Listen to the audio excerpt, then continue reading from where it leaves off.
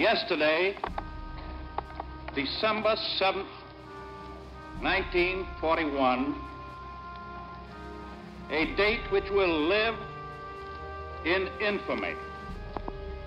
The United States of America was suddenly and deliberately attacked by naval and air forces of the Empire of Japan. They called us together and told us there wouldn't be any leave that the Japanese had attacked Pearl Harbor. Well, we was all really surprised because we had no idea that the Japanese were getting into it that strong. And it was announced on the radio. Dad had the radio on, and I heard them announce that Pearl Harbor had been attacked. Of course, I probably wasn't but about 15 then, I guess.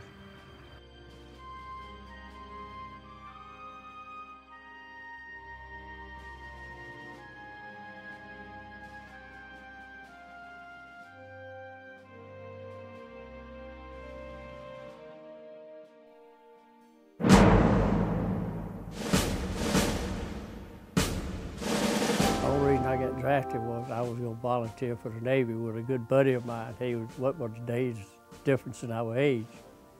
And as I walked out the back door in the mill village where we lived, and started down what we call the alley, I turned around, my mother was just crying as hard as she could. I was the only second boy that lived out of the family, and I just couldn't leave. I said, I can't go. And turned around, and she didn't think they'd draft me, but they did. And I only weighed 5 pounds over the minimum weight, but they drafted me. I joined because I was fixing to be drafted at 18 years old, and I went in the Army Air Corps. So, yeah, I just like it because it was exciting. It's something moving. I've always been that way in my life. I like the things moving. I don't want to stand and watch TV, so that's the reason. I helped Daddy there on the farm, you know, until that fall till he, or I would have probably have gone in a little bit earlier, but I wanted to help him get the crop in. I had 2 younger brothers, and they served in the Navy too. One was a pilot, and the other was just aboard ship. He was an electronics officer. I wanted to go to the Navy, so I joined the Navy. I didn't let the Army come out pick me because I wanted to be in the Navy. It was still, the Depression was winding down, and I did well in elementary school. When we got to high school, I wasn't happy in high school, and decided to try something else, and it wasn't any jobs. I worked in a grocery store on Friday afternoon and Saturday, all day from early in the morning on Saturday till late at night for $1.50, and that wasn't much money. Of course, when I enlisted in the Army, I only got $21 a month, so that wasn't a whole lot either. But things were a whole lot different then. I was working at Warner Robins at the time, and the colonel came down off the hill, said he needed all the volunteers he could get to go over to England and take over a depot like Warner Robins. And I felt like that'd be a good place to be. I wouldn't have to go on the front line. They were short of men. We didn't have any military much when the Japanese attacked Pearl Harbor. They were trying to build a military, and they didn't check close. There was a line of us, and then we walked into the recruiting station, and there in the post office. And you step up there, and they'd ask you a few questions, ask your age. Well, everybody ahead of me, 21, 21, 21. How old are you? 22. So they flagged me on. I was out by dark. I was out at Fort Screven at Savannah and sworn into the military. Yeah, I do remember when they took me into the Navy. Shoot, they didn't ask if I could swim or nothing. Just passed you right on through.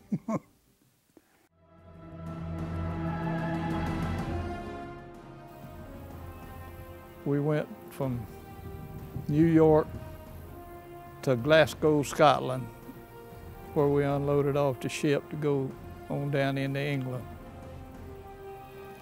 There was 26,000 men on the ship that I was on, Queen Mary. Shipped out to Okinawa.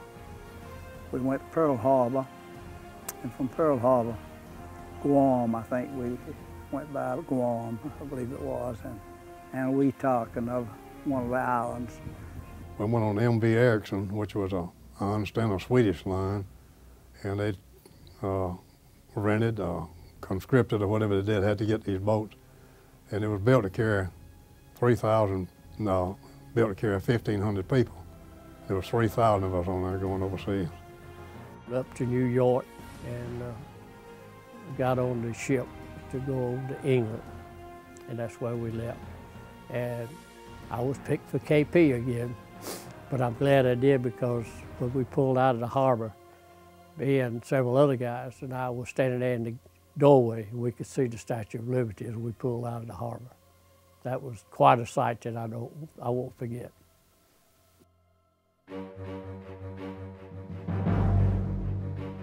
And I went to England, stayed in England about 8 months, and then the invasion of France at Normandy. 8 days after the initial invasion, I went into Normandy, at Normandy, France.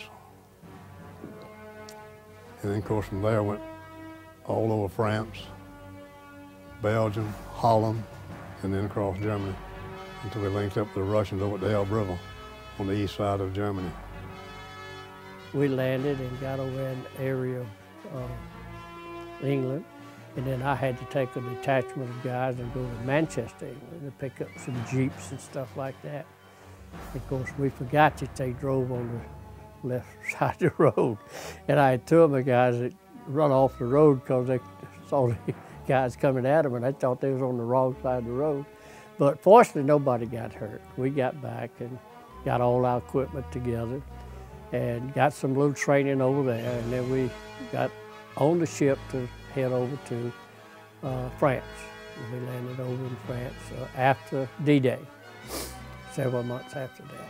We didn't get into all that terrible fighting over there, but then we started from there on up through into France, and then on up into Germany. We had a long, long ride to go. As a matter of fact, we went through Paris, and they had MPs on the side of the road, and we went through so fast they wouldn't even let us stop. We just got a glimpse of the Eiffel Tower and all that, because we were probably 40, 50 miles an hour. They wouldn't let us stop. So when we got there and unloaded and got on a train and moved down into Warrington, England, Burton Wood Air Depot. And I stayed there for about 2.5 years, working on airplanes.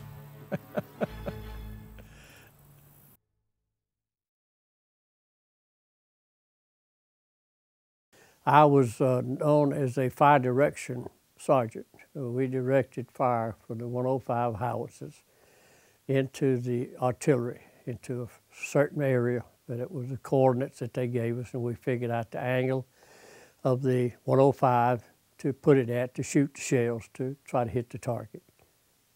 Tanks and things like that they had shot them in the end, and we welded them back together and put them back fighting again. We worked on B-17s, B-24s, and what they call pursuits, P-51s, P-47s. When I went in, they didn't need us just in the regular Navy. They put us in a fast-moving supply outfit. What we were supposed to do was to keep the ammunition, supplies, right up behind the front lines. I was in charge of all air conditioning and refrigeration for the complete ship. And I stayed down below on the 6th deck in the rear of the ship. That's where I had 3 air conditioning machines. And I stayed there 24 hours a day. I was in maintenance, and we varied. Anything in maintenance that needed to be done is what I did. we were assigned, it was different from what you might read or hear, but we were assigned to combat outfits. It wasn't anything like when you think of maintenance, thinking taking vehicle back to the shop and have it repaired. There wasn't in the shop. We wanted to move constantly.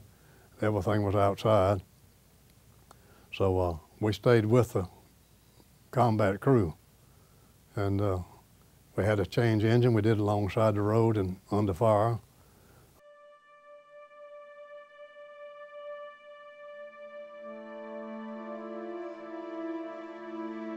My brother,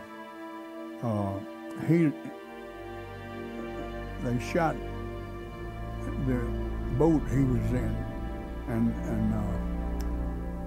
they told him to hit the ground because the thing's going under, and said if you're close by, it'll pull you under. So he jumped in there and swam for about 15 minutes as fast as he could go, trying to get away from there. And he thought he had half an hour away from him. The wind was going the same way he was going, and he stopped, and the boat was keeping up with him.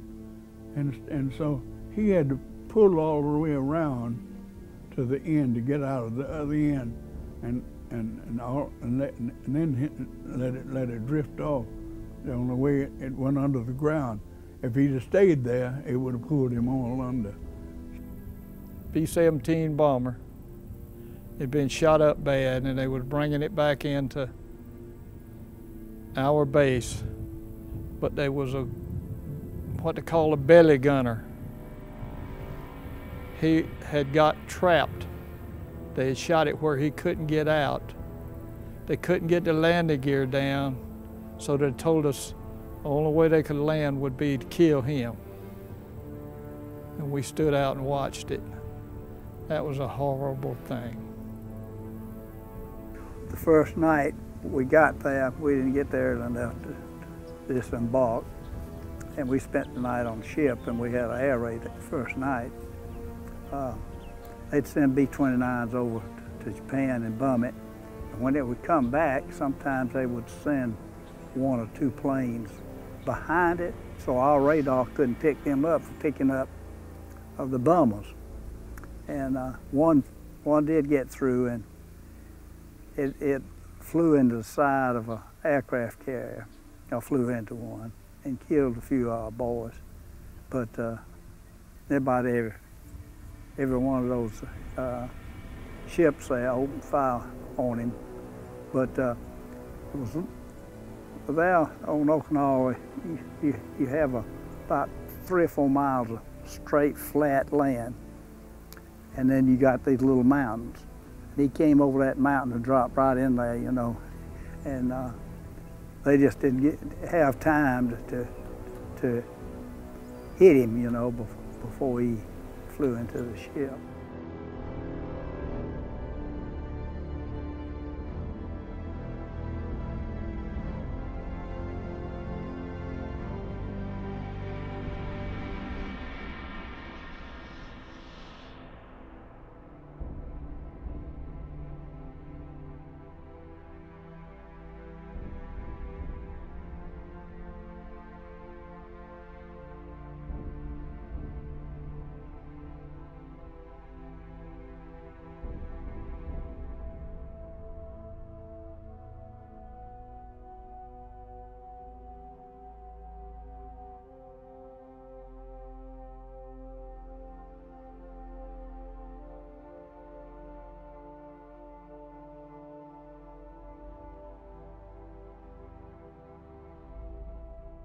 They told us to go around South America. Our captain said, there's no way we're going through the canal. We're going to Brooklyn, New York. And we went through there and straight on through up to Brooklyn. And that's where we had the ship repaired at. We landed in Normandy. It was 8 days after D-Day. But people think, I thought, well, war's probably half over. They probably halfway to Berlin now because they had told us about the equipment we had and how good it was, and all we had to do was just drive down the road. But it wasn't that way. We saw all kind of wrecked equipment, shot up equipment, and there were soldiers all over the beach. They hadn't been able to pick him up yet because they were on the fire from the Germans. They were still just, I guess, 3 miles inland, and heavy artillery fire and whatnot. And they still have a lot of fighter planes and little light bombers. And I didn't know about these, but had blimps all over. And I wonder what all the blimps are for. But they were to keep the aircraft from coming in low. And whoever planned the invasion had planned it well. They had just about everything they needed. 16th of December, so we had bedded down, really.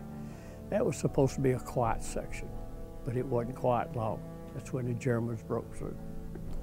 And we were surrounded at one time when we were in St. Vith. We held that town. And finally we were able to break through and get out. But we were surrounded by the Germans, but we broke through and got out of that. Because he had done killed 3 or 4 of his buddies during the day time he was working with them. Good one, good man. Do anything he tell him to do.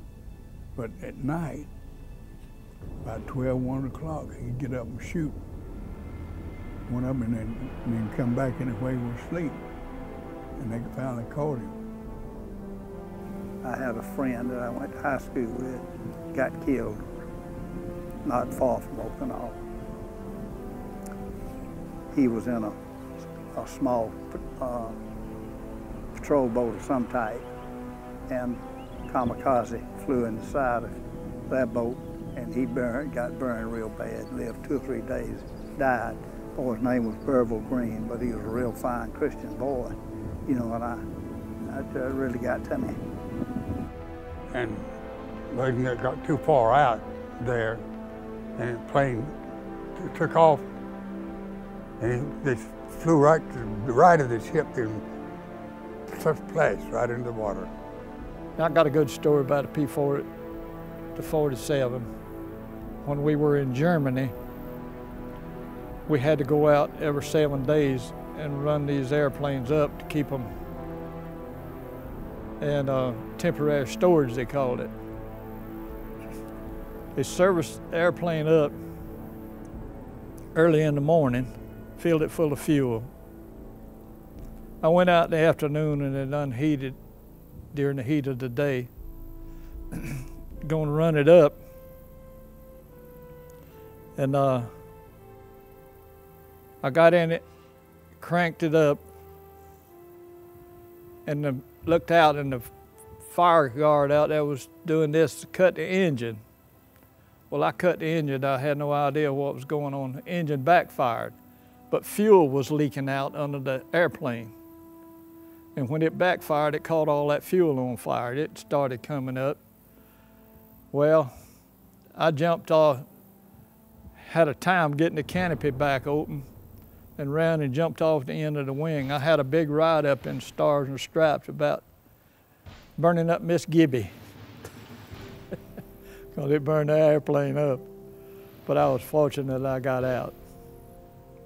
We had been overseas and was bedding down in this area, and the V-2 rockets, which was a rocket made by the Germans, everybody had gotten used to them flying over. We were, myself and 6 guys were out cutting down trees to make a fort like to build in over the cave. We were going to dig in for the winter. And one of the V-2 rockets came over, and I told the guys it cut off. I said, now y'all hit the ground because it's going to fall. And sure enough, it was but a few minutes after that, after the motor cut off, it hit, but it was on the other side of the hill. But it was so strong that it bounced us off of the ground. And we had a Jeep and a 6x6. And that 6x6 got up on 6 wheels and then went back down. It didn't turn over. After everything was kind of quiet, we went up to the hill and went over the side and looked, and there was a hole over there. Stephen, I assure you, it was bigger than a football field. And that's where that thing hit. Had a tremendous explosion. So I and longer with some other guys picked up a little piece of shrapnel, and just happened that it wasn't all that hot, and I put it in the back of the truck going back to camp. We got back, and we'd been there for a couple of weeks. Rockets coming over, cut off, everybody knew it was going to fall. And I was in the headquarters one night doing fire control, and the colonel was in there. And the rocket stopped. Everybody knew it was going to hit. And the only person that moved was the colonel. He jumped about 2 feet off the floor. But to get back before that, when I came back, he said, "Daniel, was you scared?" And I said, "Yes, sir, I was scared." He said, "Well, did you have to change your pants?" I said, "Not yet." And he laughed. So when he asked me if I was scared, I felt I had a right to ask him, was he scared? And I said, "Colonel, are you scared?" I was busted to a private in just a few minutes. My captain tried to get him not to do it, but he did. He busted me. And I was put into the tanks as a gunner. And I aimed the gun and I fired the gun. A Tiger Royal, they had Tigers, but Tiger Royal was the heaviest equipment they had. But we didn't have anything that would phase them. The only way you could disable one of them, if it got a direct shot at the side, hit the tracks, maybe you could disable it by knocking the tracks off of it. And we lost a lot of our equipment because of tracks. Like caterpillars, you'd think now, I mean, people don't understand tanks, but they were similar to a caterpillar track. And if you could disable the tracks on one, well, they couldn't move. And we were able to do that with a few of their Tigers and Tiger Royals. But they were a well-built tank and like heavily armored. And they had a vicious gun. That Super 88 was a terrible gun. We had nothing equal to it. Little 75 millimeter we had wasn't anywhere near what they had. My tank was hit by an 88 German Tiger tank. And being short, like I told you, I had to raise my seat up. And on the seat was 2 flaps that held your body up. Well, when I turned those over, that raised me up about 8 inches or more. And when that 88 came through the tank, it cut my seat out from under me and went out the other side. And of course, there was a big explosion. And my lieutenant of the tank commander had froze in the turret, and I had to push him out in order to get out. And when I got out, I saw that armor-piercing shell, and I was so scared I couldn't do anything. When the Battle of the Bulge, there was a lot of snow on the ground. I got down to understand. I was told 20 below zero, I don't know. And had those sleeping bags, they were fairly warm. Of course, you slept in your clothes, you didn't take your clothes off. And you couldn't zip your sleeping bag up because if you had to get out quick, you couldn't get out. So you just covered up with it. And it was cold. I don't think I've gotten over it yet. I still get cold in the wintertime. I was singed over the body and up in my face and hair, and enough that, fortunately I could see, but they put some kind of medication on me and sent me to the medic, and they treated us. And we didn't go to the hospital that I remember, they just treated us there. So I guess the flash of the shell exploding and everything is what caused us to get burned. Said, "Dad, you mean you got the Purple Heart and didn't get shot?" I said, "Jerry, you don't have to actually get shot to get the Purple Heart. You can be in a situation like I was, and if I had it to go, I wouldn't want it, but I got it, and I'm proud of it." Nordhausen, yes, I forgot that. That's up near Paderborn there when I was telling you about Nordhausen. And there was bodies stacked everywhere. I understand now, of course, there's no way of knowing. I was told there was 3,000 piled up out there, and they'd buried them everywhere, and they would just dig a long, take a bulldozer or whatever and dig a long slit trench and just pile them in it. And they were just skin and bones. We didn't know what it was. We had never heard of a concentration camp. We didn't know they had anything like that.